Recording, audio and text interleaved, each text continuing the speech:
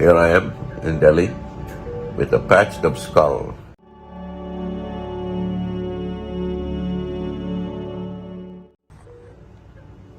The Apollo Hospital neurosurgeons cut through my skull and tried to find something and found nothing. Totally empty. So they gave up and just patched it up. Here I am in Delhi with a patched up skull, but no damaged brain.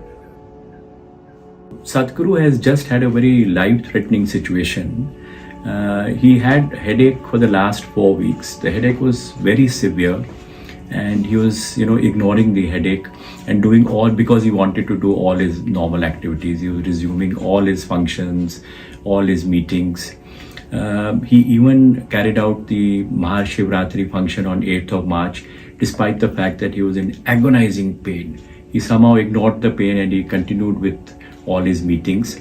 The pain really became severe on 15th of March, and that's when he consulted me, and we knew immediately that there was something sinister happening, the way the pain was worsening.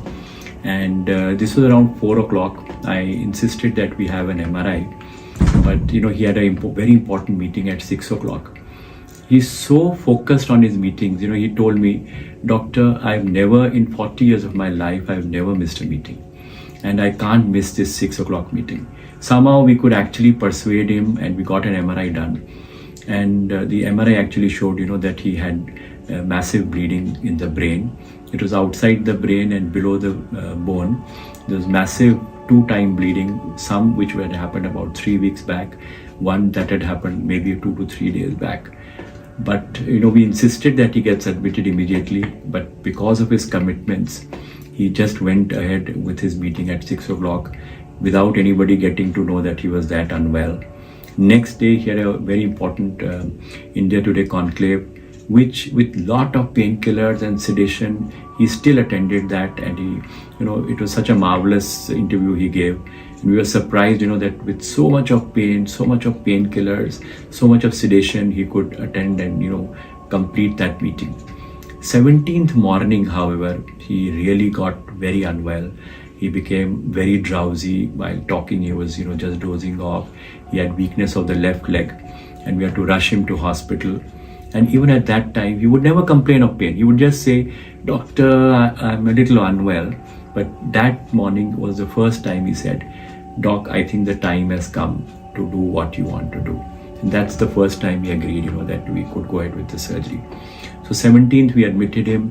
When we got the CT scan, there was life-threatening swelling in the brain. The brain was shifted to one side, and he had become very dull, very confused, and the left leg had started to get weak.